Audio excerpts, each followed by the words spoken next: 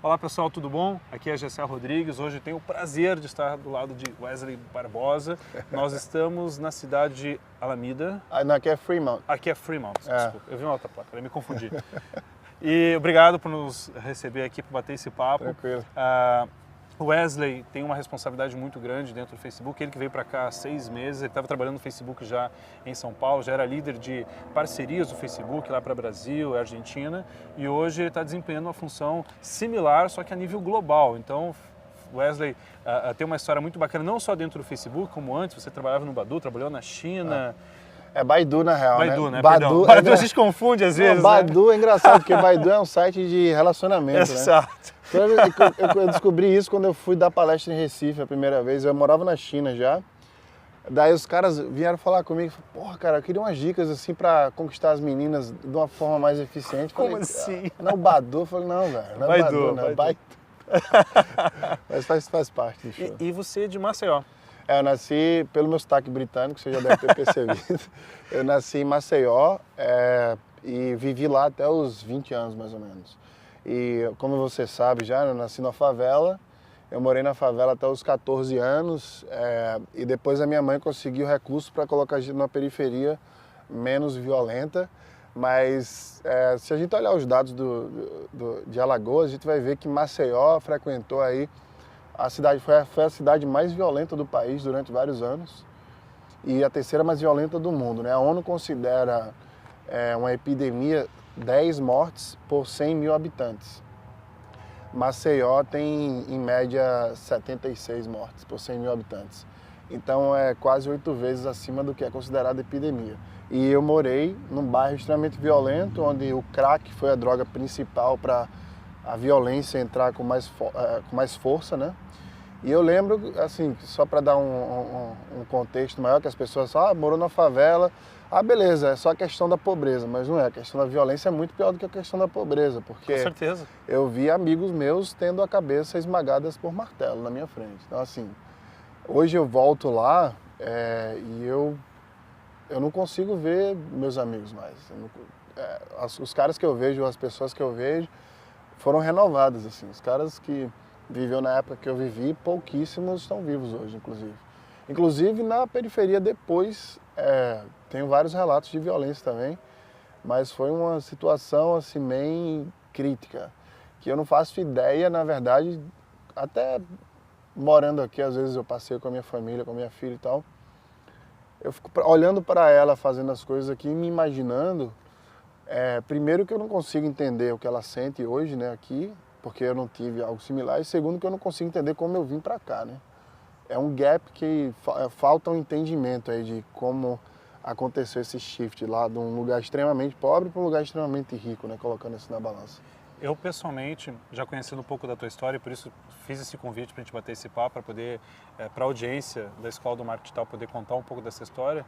Pessoalmente gosto, porque, claro, você vai poder dar mais alguns detalhes, que apesar de todo esse cenário, de todas as palestras que eu já vi você fazendo, todas as suas apresentações, você nunca se colocou como vítima. Uhum.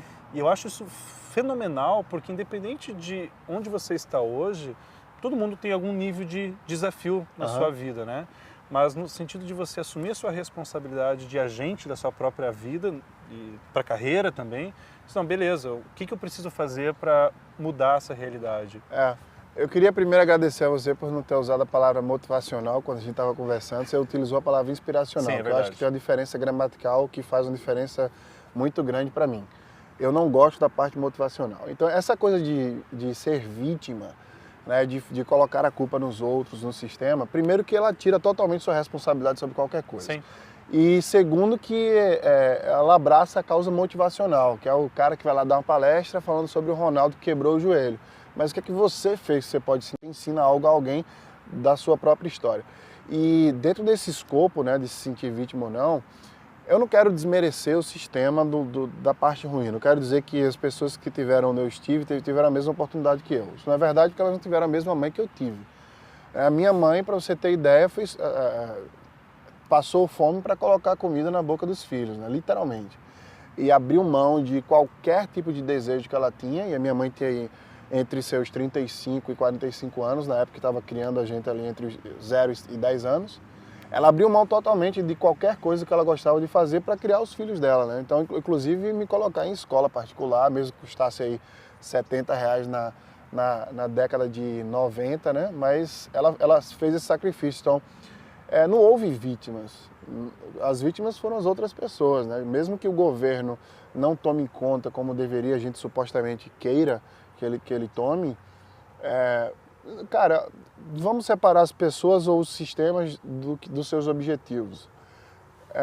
Eles não têm correlação. Com certeza. E quando eu falo em vitimismo, é muito o que você falou muito bem, da terceirização da responsabilidade. Evidente que o Estado pode ser melhor, não só no Brasil, em qualquer outro lugar, mas eu não posso esperar que o meu emprego vai melhorar dependendo do Estado. Eu não posso esperar que... eu não posso terceirizar a responsabilidade de cuidar da minha própria vida. Porque nem sempre, talvez, o Estado vai ser capaz de melhorar o seu bairro, mas você pode sair daquele bairro para um bairro melhor. É isso que eu estou querendo dizer. E você tem essa opção de escolha. Na tua opinião, assim, eu acho que você já deu uma resposta muito fundamental nisso, que foi a participação da sua mãe no seu desenvolvimento, né? Mas o que aconteceu nesse momento crucial na sua vida, especialmente quando você estava ali, talvez na época da escola, da faculdade, pensando numa carreira? Quais eram as tuas expectativas naquele momento? Tem uma frase que resume muito bem assim, a minha vida nesse tempo que eu passei lá no Vergel e Ponta Grossa, que são os bairros que eu morei em Maceió, que é: nunca remova o pendrive no modo de segurança. Quer dizer, que a tomada de risco, né?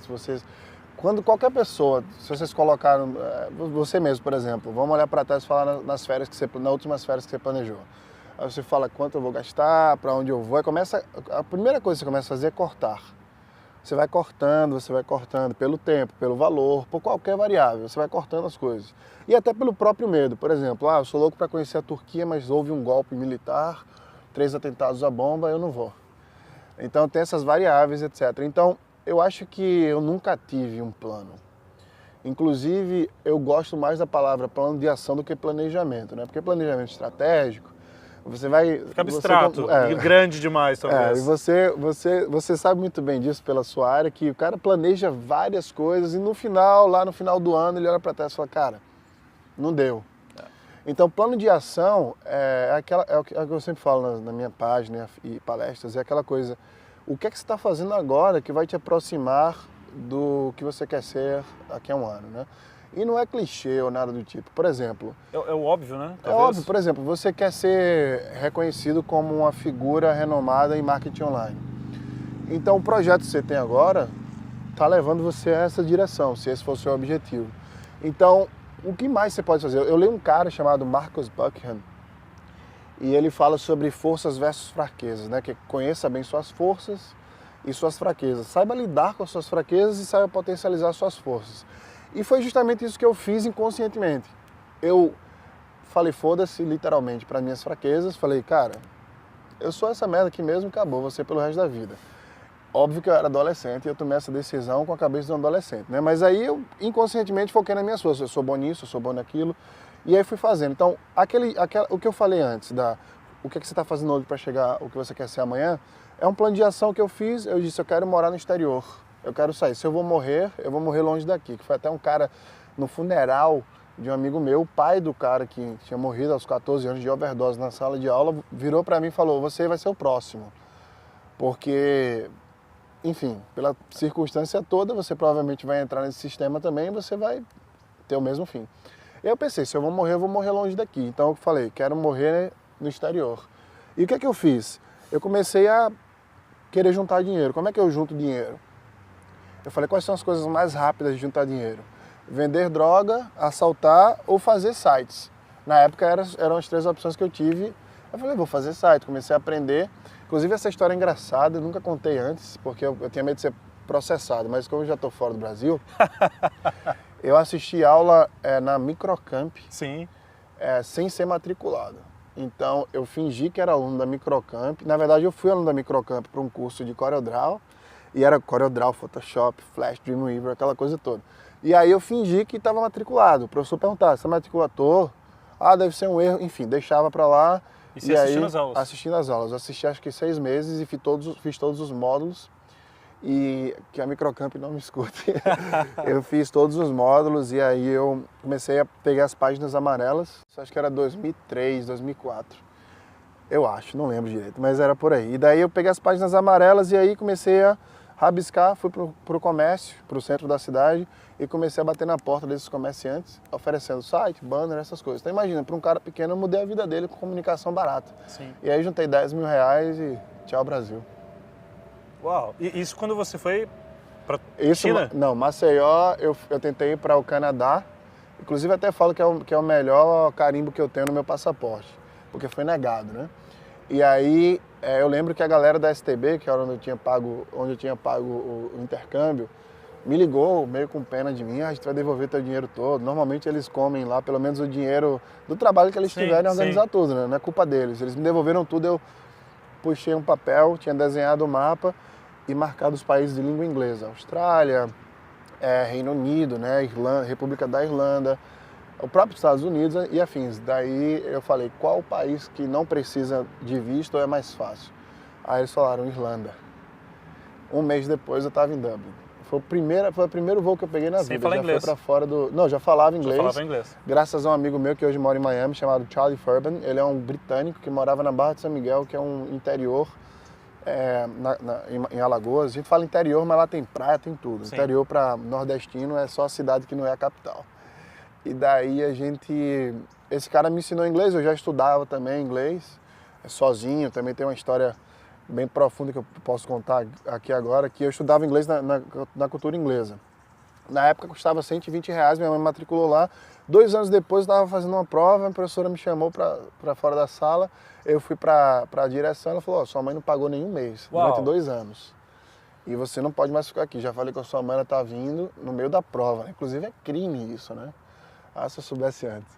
E é crime, você não pode tirar o aluno da escola particular, não pode impedir ele de fazer as atividades, né?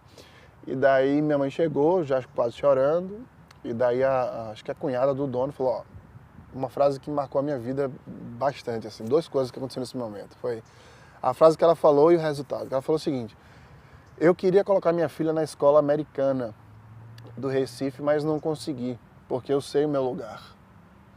E o seu lugar não é aqui. Espero que você também saiba o seu lugar, porque ele não é aqui. Não faça seu filho passar vergonha. E aí ela foi imprimir o meu histórico para eu poder me matricular em uma outra escola que minha mãe pudesse arcar, né? Ela imprimiu e viu que quem estuda línguas sabe que cada bimestre você é avaliado por 3 coisas, né? Que é o listening, speaking e o writing. E aí minha menor nota era 9.7. A menor. A menor. De 2 anos, ou seja, de 8 avaliações, 8 vezes 3 ainda, 24 avaliações, né? Era 9.7. E aí ela não acreditou, ligou para professores para perguntar o que é isso aqui. E aí a galera falou para ela que de fato essa era a nota real, né? Ela achava que era algum erro no sistema por algum motivo. E ela me deu uma bolsa da cultura inglesa. E aí por orgulho... Lembre-se, eu foquei nas forças, né? Não nas fraquezas. Eu pedi para minha mãe para sair. Eu falei, não vou ficar mais aqui porque ela humilhou a senhora, mas depois eu ganhei o respeito por ter estudado. E aí eu comecei a estudar by myself, por mim mesmo, né? E daí eu conheci o Charlie. Eu lembro que ele entrou na sala, eu era estagiário do Centro de Convenções de Maceió, eu tinha 16 anos por aí. E daí ele entra e fala inglês para a mulher dele. Eu preciso de alguém que me entenda e que entenda de tecnologia. Aí eu levantei a mão e fiz, hi. E daí esse cara mudou completamente a minha vida, porque inglês, de longe, assim, foi o meu diferencial em tudo, em todos os lugares que eu fui. E aí foi na Irlanda que eu, de fato, comecei a virar a chave, né? Falando um pouquinho mais da tua história, um pouco mais recente. Eu vi um dos teus vídeos no YouTube, inclusive, posso falar teu canal aqui? Claro, né? Quer vender o teu canal? Porque a galera tá minha página e meu Instagram talvez seja melhor, porque eu coloco mais frequentemente. Beleza. Né? Que é o Wesley Barbosa no Facebook e @WesBSantos. W-E-S-B Santos, que é o meu Instagram. A gente vai colocar debaixo do vídeo aqui os links para você acessar com mais facilidade. Um dos vídeos que você fez foi sobre você ter sido promovido 2 vezes ou 3 vezes no Facebook, é isso mesmo? Tá certo? 2 vezes. 2 vezes, né? O que você atribui essa velocidade na sua carreira, o que pode ser tirado de lição para quem está ingressando nesse mercado? Será que é só habilidade técnica? Será que é um certificado que você tirou? É um comportamento? O que você pode eu vou falar uma coisa, talvez seja até, você não goste muito de ser professor, né? Mas eu acho que a gente está vivendo um shift muito grande na era do currículo versus o comportamento, que a gente está falando sobre isso há pouco. Eu não acho que diploma fez diferença nenhuma na minha vida. Eu já estudei em Harvard, Columbia, MIT, aqueles cursos de extensão. Sim. Eu tô lembrando da minha peça. Pode deixar se você quiser.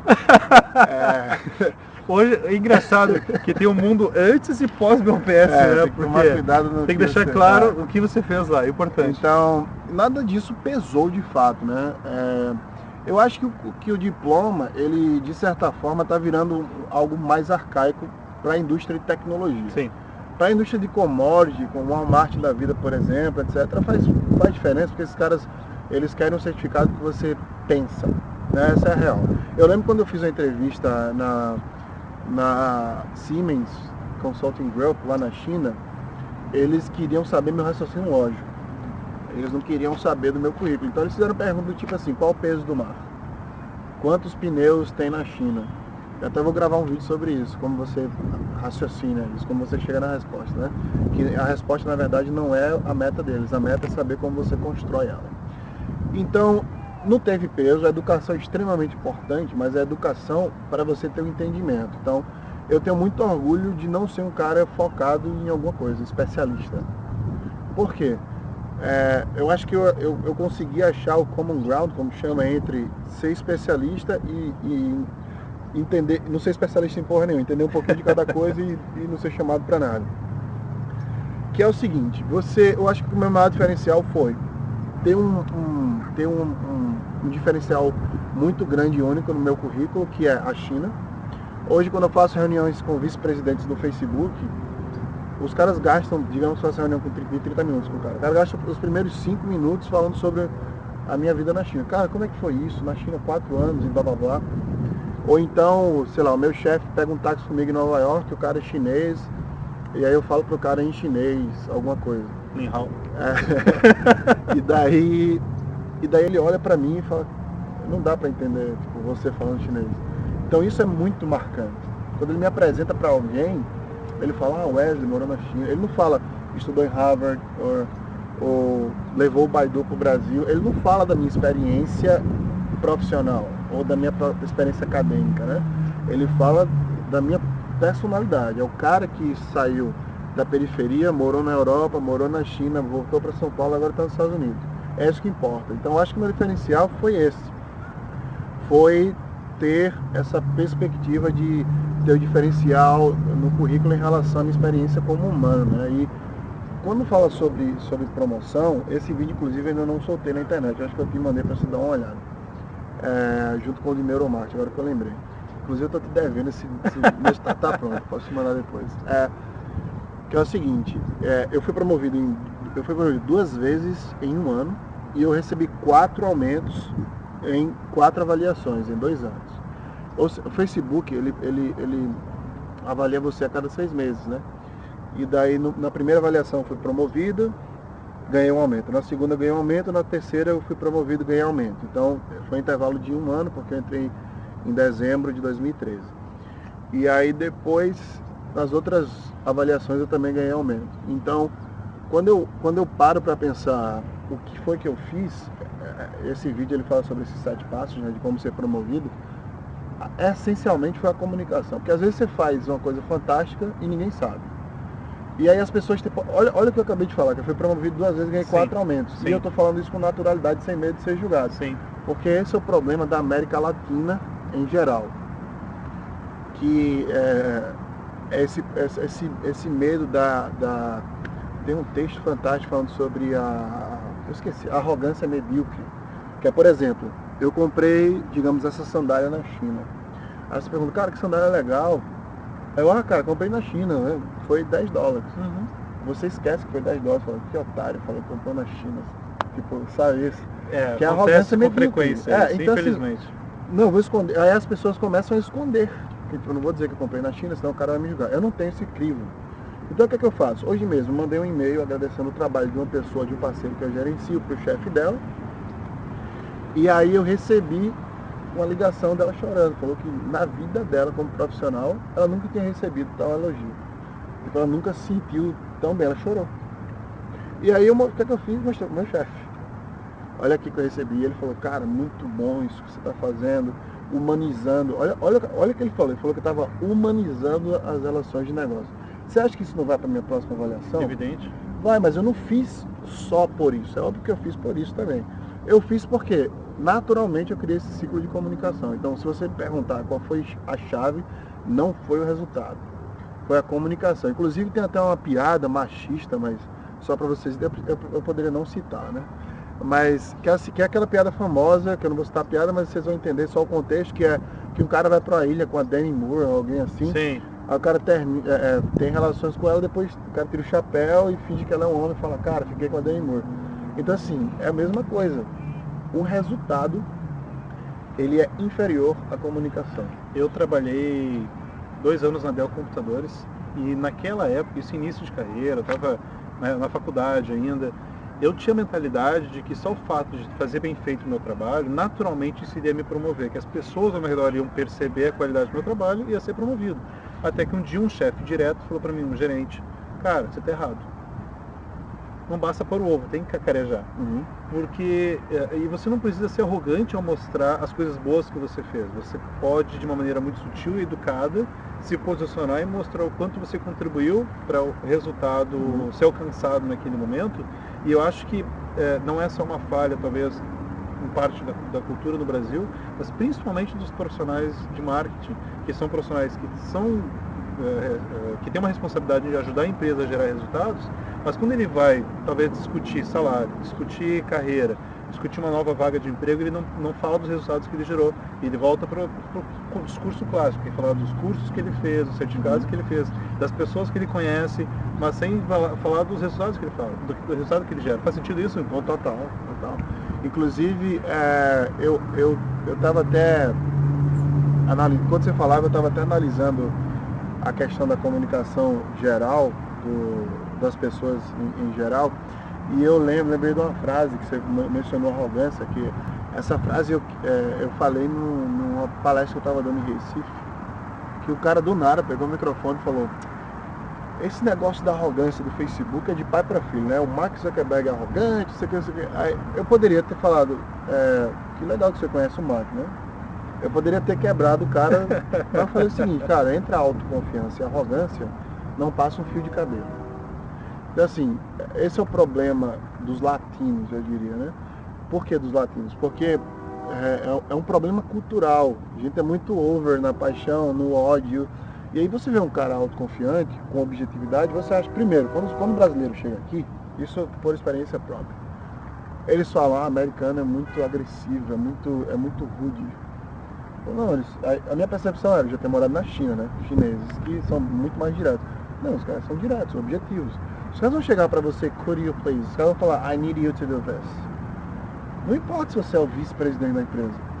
E outra, ele não está falando isso com excesso de autoridade, que às vezes o cara é até menor que você na empresa. Objetividade, né? Eu preciso que você faça isso, cara. Só que quando você traduz para sua língua, você se agarra à emoção da sua língua, porque quem determina o comportamento emocional de um país, da cultura, é a língua.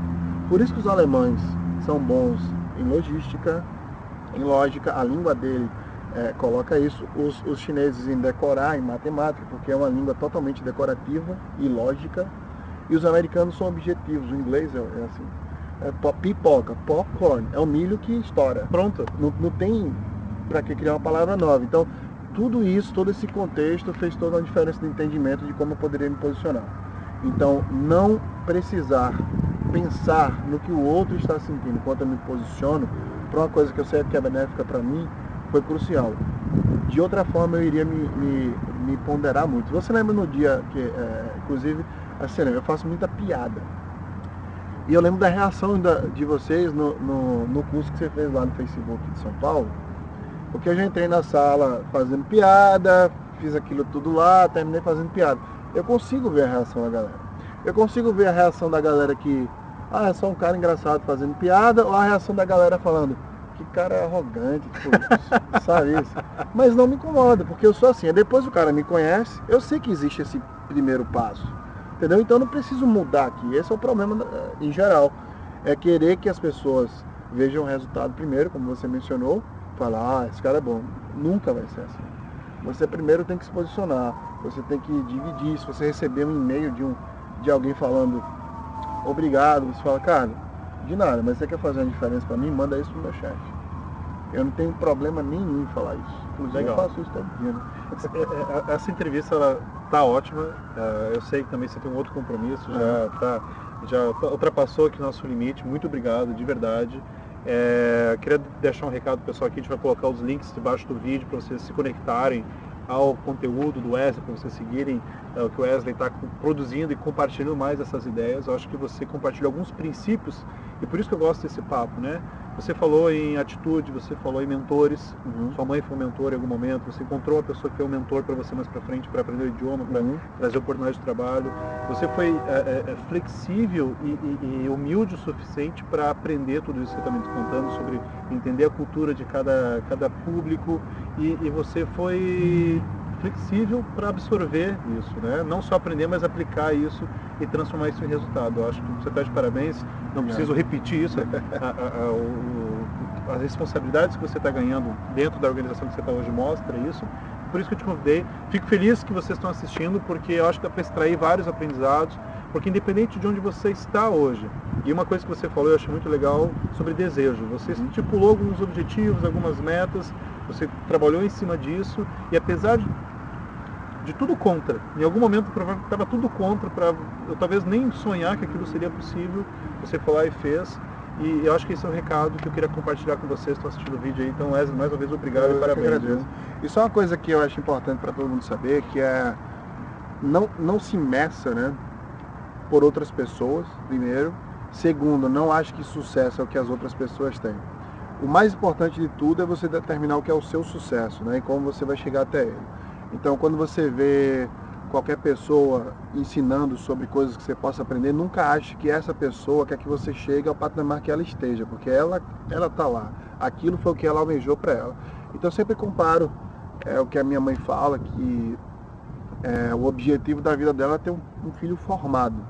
Isso difere totalmente do meu objetivo. Então, a minha mãe, apesar de um dia poder comprar um curso online meu, que ela jamais faria isso, mas é só metaforicamente falando, para assistir e entender algumas coisas, algumas técnicas e até se inspirar em alguns termos, ela pode voltar para a vida dela e aplicar isso no objetivo que ela tem.